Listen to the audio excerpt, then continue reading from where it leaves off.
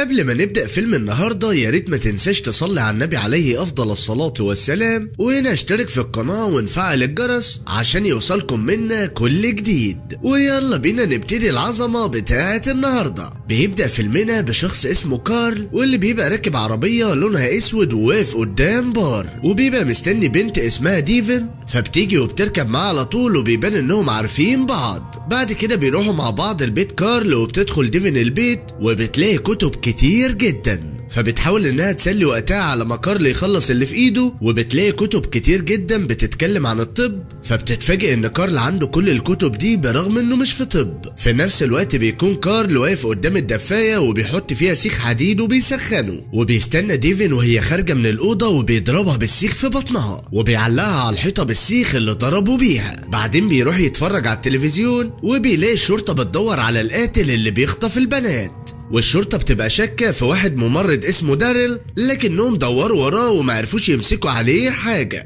وبيطلع كارل هو القاتل اللي الشرطة كلها بتدور عليه. بعد كده بنروح لمايك وكليسي، الاتنين ظباط اللي بيحققوا في قضية خطف البنات، وهم اللي بيبقوا مسؤولين عن القضية دي، لكنهم ما بيبقوش عارفين يوصلوا لأي معلومة في قضية القاتل ده. وبيخلصوا يومهم، وبياخد مايك زميلته كليسي للبيت بتاعه، وبيعرفها على مراته شيل وبنته أبي. وبيشوف مايك بنته أبي عاوزة تخرج عشان تقابل صديقها تيد، لكن مامتها ما بتبقاش موافقة وبترفض انها تخرج، فبتتضايق أبي وبتدخل أوضتها وهي زعلانة ومتعصبة، وبيروح لها مايك باباها وبيحاول انه يهديها، وبيقول لها ان مامتها خايفة عليها علشان كده بتمنعها. وبعد ما بتهدى بياخدها علشان تتعشى، وبيبقى معاه ابنه جيد. بعد كده بنروح لكارل اللي بيبقى بيقطع في جثة ديفن وبيحطها في التلاجة، وبنشوفه وهو نازل لسرداب في البيت واخد معاه اكل، ولما بينزل بيسيب الاكل وبيطلع يقفل الباب تاني. وبنروح بعدها للمحققة كليسي اللي بتبقى عايشة في البيت لوحدها وما بتبقاش متجوزة وما عندهاش أطفال، لكن بيبقى عندها كتب كتير عن تربية الأطفال وطرق التعامل معاهم. وبنرجع بعدها لمايك اللي بيبقى قاعد في أوضته بيدور على أي معلومة توصله للقاتل. في الوقت ده بنته أبي بتدخل تقعد معاه وبتتفرج عليه وهو شغال، وبتشوف صور البنات المخطوفين وهم متعلقين على الحيطة، فبتسأل باباها عنهم، وبيقول لها إن دول صور البنات اللي القاتل خاطفهم، لكنهم مش عارفين يوصلوا لأي واحدة فيهم. وتاني يوم بيبقى في واحد رايح القسم عشان يبلغ عن ديفن، وبيبقى صديقها جون اللي بيقول انها مختفية من ليلة امبارح ولسه ما ظهرتش لحد دلوقتي. وبيبان ان مايك مهتم بكلام جون لانه بيبقى عاوز يعرف مين اللي خطفها، القاتل اللي بيدوروا عليه ولا حد تاني. لكن كليسي بتحاول تطمنه وبتقوله ان ديفن ممكن تكون ما اتخطفتش، وانها ممكن تكون سهرانة في اي مكان تاني من امبارح، وبتقوله انهم طالما ما لقيوش اي جثة ظهرت يبقى مفيش خطر،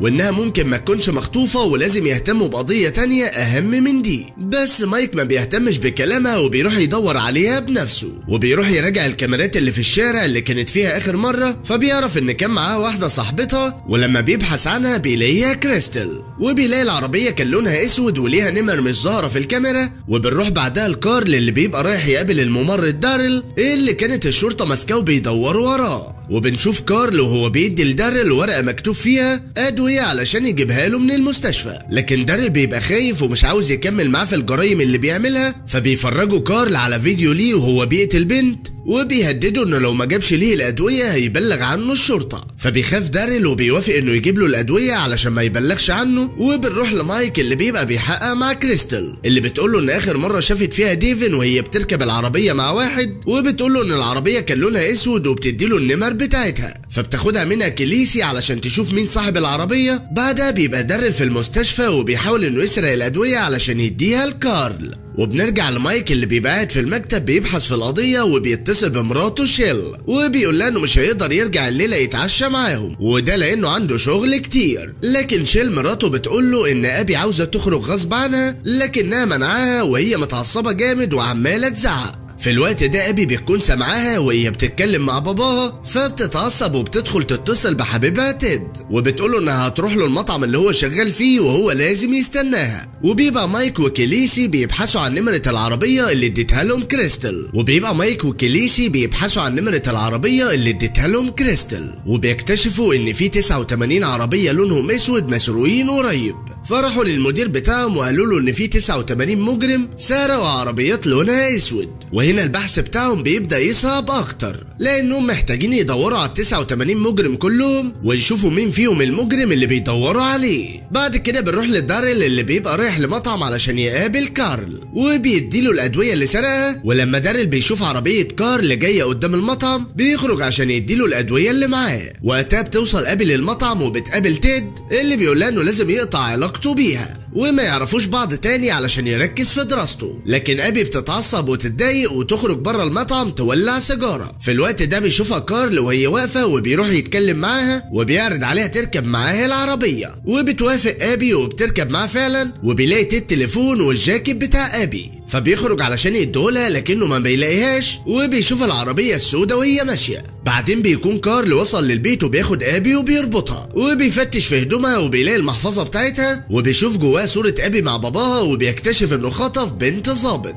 في نفس الوقت بيكون مايك وكيليسي في مهمه وبيبقوا داخلين لبيت واحد من المجرمين اللي سرقوا العربيات، وبيحوطوا البيت من كل مكان، ولما بيدخلوا بيلاقوا صاحب البيت مشلول وما بيقدرش يتحرك. فبيخرج مايك علشان يدور على عربيته وبيلاقي العربية بس من غير نمر، وبيعرف ان المجرم سرق النمر بتاعت العربية ونفذ بيها العملية. وبترن شيل على مايك وبتقوله ان ابي خرجت من البيت بقالها مدة وما رجعتش. فبيروح مايك للبيت وبيبقى معاه كيليسي، ولما بيوصلوا للبيت بيعرفوا ان شيل اتصلت على كل صحبات ابي لكنهم قالوا انها ما راحتش عندهم. فعرضت عليهم كيليسي انها تكلم واحد صاحبها صحفي وينشر صورتها علشان يسرعوا في عملية البحث عنها. وبيبقى كارل بيعذب في ابي لسه وبيصورها وبيفضل يكهرب فيها، فبيفتكر اول عمليه خطف ليه لما خطف بنت واقفه على الطريق. وبعدين بيروح يفك نمر العربيه بتاعته وبيرميها مع بقيه النمر اللي استخدمها قبل كده. وبيبقى مايك وكيليسي فاتحين كمبيوتر ابي وبيدوروا على اي رسائل عليه لكنهم ما بيلاقوش اي حاجه تدلهم على مكانها. فبيتعصب مايك جدا لانه مش عارف يطمن على بنته، وبيطلب منه المدير بتاعه انه ياخد اجازه لحد ما يلاقوا بنته ابي لكنه بيرفض. بعدين بيروح تيد لمايك وبيحكي له اللي حصل بينه وبين ابي، وبيقوله ان ابي كانت عنده في المطعم ولما نسيت التليفون والجاكيت بتاعها خرج علشان يديهولها لكنه شافها وهي بتركب عربيه سودا وملحقش يوصل لها. فتعصب عليه مايك لانه انكر ان ابي راحت له قبل كده وفضل يضرب فيه لانه كذب عليهم لما سالوه عنها. وتيد بياخد باله من صوره داريل اللي متعلقه على الحيطه، فقال لمايك ان داريل كان موجود وقت وجود العربيه في المطعم. في نفس الوقت بيبقى كارل لسه رابط ابي وبيبقى لسه بيعذب فيها، وبنشوفه وهو معاه بنتين تانيين، بريتني اللي بيبقى باين عليها انها مجنونه بسبب حبستها في السرداب لمده طويله، والبنت التانيه بتبقى لورين اللي بتبقى حامل ونايمه معظم الوقت. وبنرجع لمايك اللي بيبقى وصل لداريل وبيساله عن اخر مكان راحوا الليله اللي قبلها، وداريل بيقوله انه كان في المستشفى، ولما بيسمعه مايك بيعرف انه بيكذب عليه، فبيتعصب عليه وبيفضل يضرب فيه. بعدها طلع صوره بنته ابي ووريها له لكنه انكر انه يعرف عنها اي حاجه، فتعصب عليه اكتر وبدا يضرب فيه من تاني. لكن كيليسي منعته واخدته بره المستشفى، لكن بيبان على مايك انه قرب يتجنن وطلع صوره بنته في الجريده وقال لكيليسي انهم بيقولوا على بنته انها هربت وكانت شغاله في حانه. وبيبقى كارل نازل للسرداب علشان يدي للبنات الادويه اللي جابها من المستشفى، وقتها بنعرف انه بيخطف البنات وبيخليهم يحملوا، والبنت اللي مش بتحمل بيقتلها. فبيحلل لابي وبيلاقيها حامل فبيستغرب لانها لسه صغيره. وبنروح لمايك اللي بيبقى راجع لبيته وبيدور على اي معلومه في الملفات اللي معاه علشان تساعده يوصل لاي حاجه، لكنه ما بيلاقيش حاجه مهمه وبيتعصب وبيكسر في كل حاجه حواليه. بعدين بيروح لاوضه ابي وبيلاقي ليها صور كتير مع تيد، وبيلاقي اختبار حمل فبيعرف ان بنته حامل. فبيرجع تاني للاوضه بتاعته وبيفضل يدور في الملفات اللي معاه على عنوان داريل وبيطلع علشان يروح له. ولما بيروح ما بيلاقيش داريل هناك، فبيدخل يفتش في الشقة على أي حاجة، وبيلاقي في ورق كتير مكتوب فيه أدوية اللي بيبقى كارل كاتبها له، وبيحس إن في حد معاه في الشقة. ولما بيسمع صوت بيطلع مسدسه وبيتضير لكنه بيلاقيها كيليسي وجاية علشان تساعده يمكن يقدروا يوصلوا لحاجة. في نفس الوقت بتبقى ابي أخدت على البنات اللي معاها وبيتكلموا مع بعض، وبتقول لها لورين إن كارل خاطفها بقاله 3 سنين وإن ده تاني حمل ليها، وكل مرة بتولد كارل بياخد ابنها منها. فبتسألها ازاي كارل خطفها، فبتقول لها عن طريق داريل اللي هو وقعها وجابها له. وكمان بتقول لها ان كارل بيجيب البنات علشان يحملوا، والبنت اللي ما بتحملش كارل بيقتلها. وقالت لها كمان ان بريتني لسه ما خلفتش لحد دلوقتي وهي خايفه ان كارل يقتلها. وبيبقى مايك واقف بيراقب بيت داريل علشان يوصل لاي حاجه، وبيفكر في كل الاوراق اللي لقاها في شقته اللي بيبقى معظمها ورق مطعم. فبيفتكر اسم المطعم اللي كان في الورقه وبيتصل بيهم يسالهم لو كان داريل اتصل بيهم قريب علشان يطلب منهم اكل. وبعدها بيروح على المستشفى علشان يقابل الممرضه اللي شغاله مع داريل ويستناها في المطعم. لكن المفاجاه ان كارل بيطلع هو اللي شغال في المطعم، واتفاجئ اول ما شاف مايك قدامه. بس مايك ما بيكونش عارف لسه ان هو الخاطف وبيساله عن داريل. فكارل قال له انه ما يعرفش عنه حاجه غير انه شغال في المستشفى. وفي الوقت ده بتيجي الممرضه تقابل مايك وبيسالها عن داريل، فقالت له ان داريل ما جاش للمستشفى بقاله يومين، فطلع من جيبه ورقه وخلاها تشوفها. وقالت له ان اللي كتب الورقه دي مش دكتور ولا ليه اي علاقه بالطب. وبيبقى كارل مركز مع مايك وهو قاعد مع ممرضه وبيحاول انه يسمع كلامهم. وبيخلص مايك وبيروح يقابل كيليسي وبيقول لها ان في واحد تاني داريل بيساعده يخطف البنات، وان الادويه اللي مكتوبه في الورق ده للستات اللي بيبقوا حامل، وان اللي بيخطف البنات دول مش بيقتلهم لانهم ما بيلاقوش اي جثه ليهم. لكن كيليسي ما بتكونش مصدقاه فبيتعصب عليها، وبتتصل عليه كريستال فبيسيب كيليسي واقفه وبيمشي. وبنروح لابي اللي بتبقى بتحرض البنات انهم يهربوا من كارل ويساعدوا بعض على الهرب. لكن بريتني بتتصل بكارل وبتقوله ان ابي بتخطط على الهرب. فبيجي كارل وبيطلع كرباج وبيديه لبريتني وبيطلب منها تضرب ابي. وبيبقى مايك راح لكريستال علشان يقابلها، فبتقول له ان في بنت اسمها ايمي المجرم كان حاول يخطفها لكنها قدرت تهرب منه. فبياخد منها مايك عنوان ايمي وبيروح يقابلها وبيلاقي وشها متعور. فبتقول له ان المجرم اللي كان بيحاول يخطفها هو اللي عمل فيها كده. فسألها مايك لو كان في اي علامه مميزه يعرفوا بيها، فقالت له ان ريحته كانت بتدل على انه شغال في مطعم. بعد كده بنروح لابي اللي بتبقى قاعده تعيط وبتقول لكارل انها مش هتعمل كده تاني. فبيصدقها كارل وبيديها اكل علشان تاكل. وبيبقى داريل حاجز طياره علشان يسافر بيها بره البلد. لكن كيليسي بتعرف ان الرحله اتلغت بسبب سوء الاحوال الجويه. كمان عرفت انه قاعد مستخبي في مكان، فبعتت واحد من الشرطه علشان يدور عليه. وبتبقى ابي بتمثل على كارل علشان تعرف تهرب منه وبتكشفها بريتني. فبترن الجرس على كارل علشان ينزل، فبترمي ابي الراديو جنب بريتني. ولما بيشوفها كارل وهي مشغله الراديو بيتعصب وبيفضل يضرب فيها وبيحطها جوه بير ميه وبيحط فوقها الغطا. فبتفضل ابي تتحايل عليه علشان يسيبها لكنه بيقول لها ملهاش دعوه. وبتخترع ابي حيله وبتقول له ان بريتني شغلت الراديو علشان حامل. فبيفرح كارل وبيطلع بريتني من الميه وبيحطها على السرير وبيغطيها. وبنروح لمايك اللي بيبقى قاعد مع كيليسي وبيحكي لها على ايمي. وبيجي تليفون لكيليسي انهم عرفوا مكان داريل، فبيروحوا كلهم على المكان اللي هو فيه. ولما بيدخلوا اوضته بيلاقوا ميت بالسكته القلبيه، وبيلاقوا صور للضحايا كلهم المخطوفين ومن ضمنهم صوره ابي بنت مايك. في الوقت ده الشرطه بتوصل لاوضه داريل وبيلاقوا اعضاء بشريه جوه الثلاجه. وبيبقى كارل هو اللي خطط لكل ده علشان يبعد الشبهة عنه. وبيكون كارل فرحان بابي لانها بدأت تسمع كلامه، فبياخدها معاه للمطبخ وبيخليها تتعشى معاه. وبتستغل ابي وجود كارل بره المطبخ وبتاخد حتة حديدة من غير ما ياخد باله وبتخبيها منه. في نفس الوقت مايك بيجيله تليفون من المطعم اللي كان كلمه قبل كده، وبيقوله ان داريل ملهوش اي بيانات عندهم في المطعم، لكن المطعم بتاعها ليه فرع تاني عند داريل في المستشفى.